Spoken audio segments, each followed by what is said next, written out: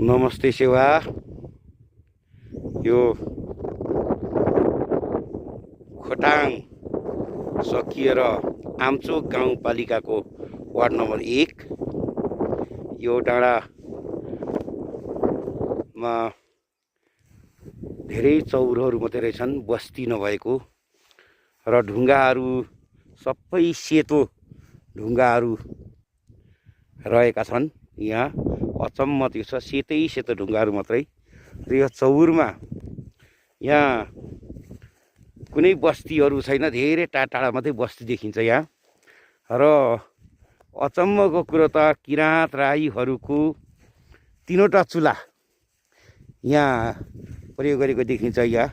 यहाँ पनि एउटा 3टा चुला छ, यहाँनिर पनि 3टा चुला रहेका छन्। यहाँ एउटा चौतारा, पुरानो चौतारा रहेका छन्, सिमेन्टले लेखिएको छ यहाँनिर। अब यो ठाउँमा यो के कारणले गर्दा यो चुला यसरी निर्माण भयो, यहाँ पनि एउटा चुलाको आकार नै देखिन्छ। यहाँनिर पनि चुलाको आकार, र यहाँ पनि चुलाको आकार नै देखिन्छ भन्ने यो एउटा कसले बनाएको, के कारणले बनाएको भन्ने चाहिँ खुल्न आएको छैन। यो एउटा खोजीको विषय नै रहन सक्छ। हवस् त।